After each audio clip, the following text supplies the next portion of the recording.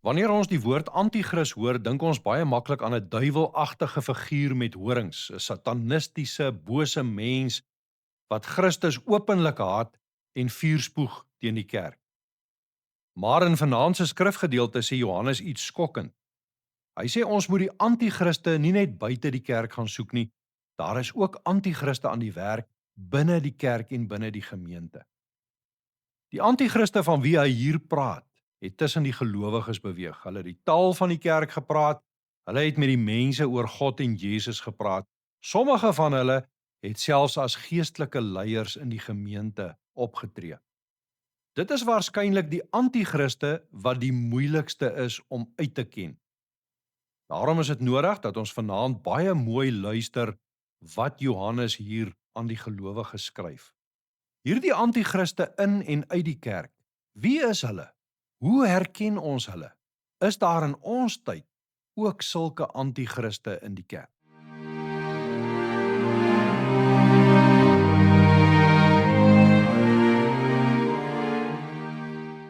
Goeienaand, ek nooi jou om vanaand weer saam met my die Bybel oop te maak by die eerste brief van die apostel Johannes en daaruit te lees uit hoofstuk 2 vanaf vers 18 tot aan die einde van die hoofstuk. Kinders, dit is die laaste uur en soos julle gehoor het dat die anti-kris kom, bestaan daar ook nou baie anti-kriste waaruit ons weet dat dit die laaste uur is. Hulle het van ons uitgegaan, maar hulle was nie van ons nie, want as hulle van ons was, sou hulle by ons gebly het. Maar dit moes aan die lig kom dat hulle nie almal van ons is nie. En julle het die salwing van die Heilige en weet alles. Ek het nie aan julle geskrywe omdat julle die waarheid nie ken nie, maar omdat julle dit ken en omdat geen leuen uit die waarheid is nie. Wie is die leenaar behalwe hy wat ontken dat Jesus die Christus is? Dit is die anti-kris wat die Vader en die Seun loon. Elkeen wat die Seun loon, het ook nie die Vader nie. Wat julle dan van die begin af gehoor het, laat dit in julle bly. As in julle bly wat julle van die begin af gehoor het, dan sal julle ook in die Seun en in die Vader bly.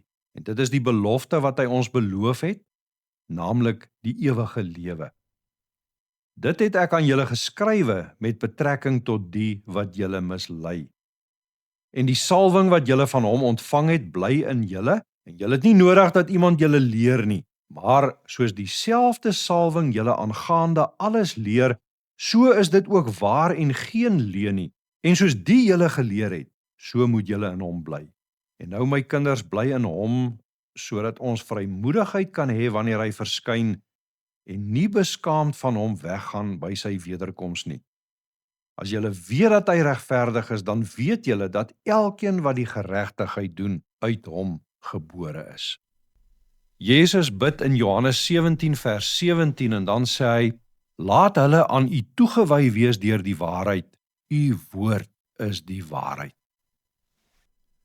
Johannes begin hier met die woorde, kinders, dit is die laaste uur. Christus het reeds gekom, hy het gesterf, hy het opgestaan en hy het na die Vader toe teruggekeer. Ons leef nou in die laaste bedeling voor sy wederkoms. En een van die kenmerke van hierdie tyd is die verskyning van baie anti-kriste. Die ontstellende is nie dat daar anti-kriste verskyn nie, die kerk en die evangelie kan immers teenstand te wagte wees.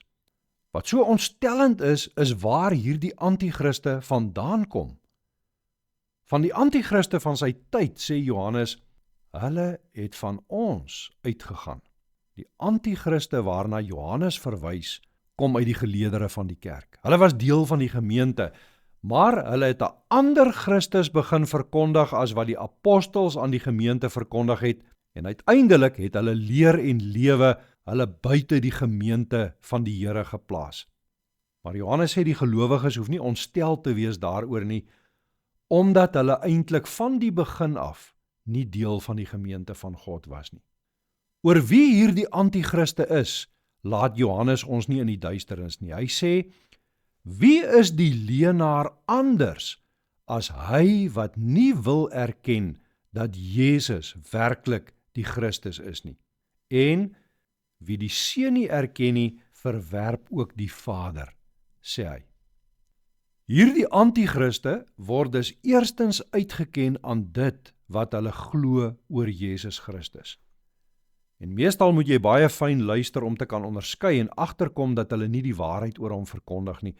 Want anti-Christe is nie altyd mense wat Jesus openlik opponeer nie. Hulle is nie mense wat altyd openlik sê, Jesus het nooit bestaan nie, of ek haat Jesus, of ek glo nie in Jesus nie. Meestal is dit baie meer subtiel as dit. Hulle sê dinge wat baie godsdienstig klink, maar wat nie die evangelie is nie. Nou gaan ek 'n paar dinge sê en dan wil ek hê jy moet luister watter van hierdie dinge jy al gehoor het, want dit is alles dinge wat in ons tyd gesê word en wat selfs deur sommige teoloë gesê word en in sommige kerke gesê word.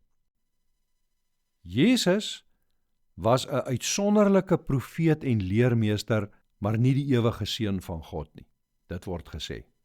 Ook, die maagdelike geboorte was maar die kerk se manier om iets oor Jesus te probeer sê, maar dit was nie iets wat werklik gebeur het nie. Die opstanding van Jesus moet nie letterlik en liggaamlik verstaan word nie. Hy leef net so voort in die geloof van sy volgelinge. Dit word eintlik metafories bedoel. Die kruis was 'n voorbeeld van liefde, maar nie 'n offer waardeur Christus die skuld van sondaars gedra het nie. Dit is daarom te argaïs om dit te glo. Dan word daar ook gesê, alle gelowe aanbid uiteindelik maar dieselfde God. En Jesus is ons weg, maar ander gelowe het ander ewige geldige paaie tot redding. En laastens, dit maak nie saak wat jy van Jesus glo nie, solank jy net in jou hart opreg is. Dit is anti-christelik, omdat dit Jesus se naam behou, maar omdat dit Jesus as ware God ontken. Hoe skokkend dit ook al vir jou klink, dit is alles dinge wat in ons tyd deur verskeie teoloë binne die kerk van ons tyd gesê en geglo word, dinge wat selfs deur hoogleraars aan universiteite geleer word. En nou sê Johannes wat in die proses gebeur is dat as sulke mense Jesus ontken, ontken hulle ook die Vader. Jy kan nie die Vader ken buite en sonder Jesus nie. Jy kan nie jou eie idee van hom skep en dit glo nie. Ons ken hom alleen soos hy hom in sy seun aan ons openbaar het en soos wat daardie openbaring in die woord aan ons oorgedra is en deur die Heilige Gees bevestig word. Hierdie stryd om die ware identiteit van Christus is altyd ook 'n stryd oor die gesag van God se woord. Daarom sê Johannes vir die gelowiges hier duidelik, wat julle van die begin af gehoor het, daardie verkondiging van die apostels wat julle van die begin af gehoor het, moet in julle bly. Hy sê ook vir hulle, dit wat hulle in die begin by die apostels gehoor het, is wat hulle nodig het om te weet oor Christus. Hulle het nie nodig dat ander mense kom om vir hulle nog dinge by te leer as dit wat hulle oor Jesus by die apostels geleer het nie. Ten gronde van die dwalinge oor Jesus se identiteit lê altyd ook die oortuiging dat die woord van God, die getuienis van die apostels wat deur die werking van die Heilige Gees in die skrif vir ons opgeteken en bewaar is, nie die gesagvolle en die genoegsame woord van God vir ons redding is nie. Ook in ons tyd word die gesag en die waarheid van God se woord bevraagteken, net soos wat die slang in die paradys met die woord van God gedoen het. Die woord word aangepas by die eise van ons tyd en van ons kultuur. Dit wat die woord sê oor sonde en bekering, oor die huwelik as 'n instelling tussen man en vrou, oor die orde wat God binne die gesin geskep het, oor die menslike geslagtelikheid en seksualiteit, moet skielik vir hierdie mense herinterpreteer word. En die skokkende is dat dit nie buite die kerk gebeur nie, dit gebeur binne die kerk, van verskeie kansels af, selfs synodaal, sodat jy later wil vra, maar wie het nou eintlik die finale woord? Christus deur sy apostels of die veranderde oortuigings van die wêreld? Jy wil later vra, maar as die gesag en die onfeilbaarheid van die woord van God laat vaar word, Hoekom wil hierdie mense hulle dan nog enigsins bemoei met die woord van God? Die probleem met sulke dwaalleraars en anti-Christe is dat hulle baie oortuigend is. En tog, sê Johannes, staan gelowiges nie blind en weerloos teen hulle aanslaan nie. Want sê hy, die gelowiges het die woord van God wat hulle van die apostels ontvang het. Hulle het die Heilige Gees, wat deur daardie woord van die apostels hulle oë sal oopmaak vir die waarheid. Anders as die anti-Christe wat op hulle eie insig staat maak, wat hulle eie insig voorop stel, sal die Heilige Gees die gelowiges in en deur die woord lei en oortuig van die waarheid aangaande Christus. Met alles wat hy hier leer, gee Johannes vir gelowiges eintlik 4 vrae waaraan die leer van die anti-Christe of die prediking in die algemeen getoets kan word. 4 vrae wat jy kan gebruik vandag ook om vas te stel of dit suiwer verkondiging is en of dit die dwaalleer van anti-Christe is. Die eerste vraag, sê Johannes, is dit: wie sê hulle is Jesus? Is hy die ewige seun van God wat werklik mens geword het? Die tweede vraag wat jy kan vra is: wat het Jesus kom doen?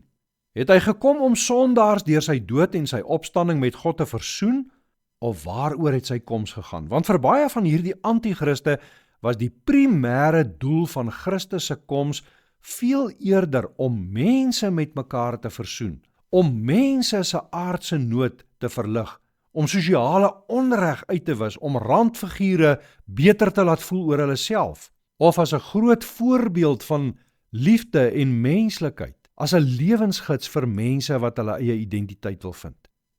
Die derde vraag wat jy moet vra is dit: kan die Vader sonder die Seun geken word? Kan hy sonder die Seun aanbid word? Wat sê hulle daaroor? God is van ewigheid die Vader van Jesus Christus. Sonder 'n Seun wat self God is, kan jy nie die Vader ken nie. En dan die vierde vraag: bly hierdie boodskap wat hulle verkondig by die apostels se verkondiging wat van die begin af aan die gemeente oorgedra is? Of word hierdie woord deur 'n nuwe kultuur, nuwe ervarings, nuwe openbare, nuwe akademiese insigte reggestel? Johannes se antwoord op die misleiding van die anti-Christe hier is eintlik baie eenvoudig. Hy sê: bly in Christus, bly by die woorde van die apostels oor hom. Ken die waarheid, toets elke boodskap, verwerp elke ander Christus en elke ander evangelie wat aan jou verkondig word. Laat die woord van die apostels in jou bly. En dan sê hy, jy kan ook hulle lewe gaan toets.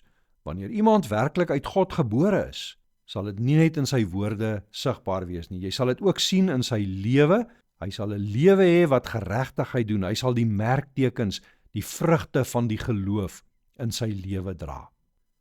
Ook in ons tyd is daar verskeie anti-Christe binne die gemeenskap van die gelowiges wat die woord van God verdag maak, wat die gesag van die woord van God uitdaag. Om hulle te toets en te identifiseer, sê Johannes eenvoudig, jy kan maar net een vraag vra. Wie is die leenaar behalwe hy wat ontken dat Jesus die Christus is? Ook vandag is daar verskeie maniere om die identiteit van Christus te ontken.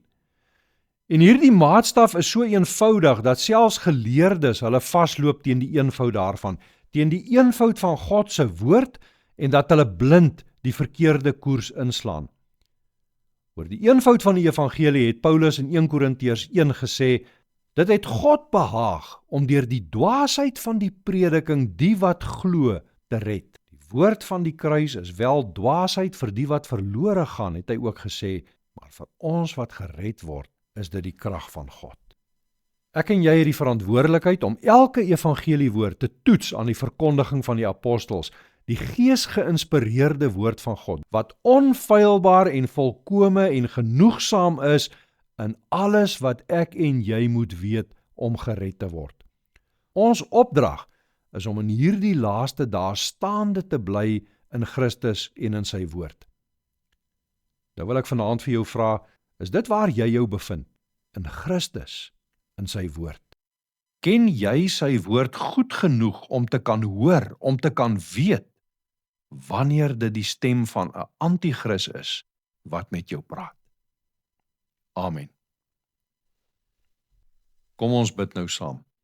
Here ons God, bewaar ons tog daarvan dat ons deur godsdienstige woorde wat mooi klink, deur menslike geleerdheid wat beïndruk, mislei word.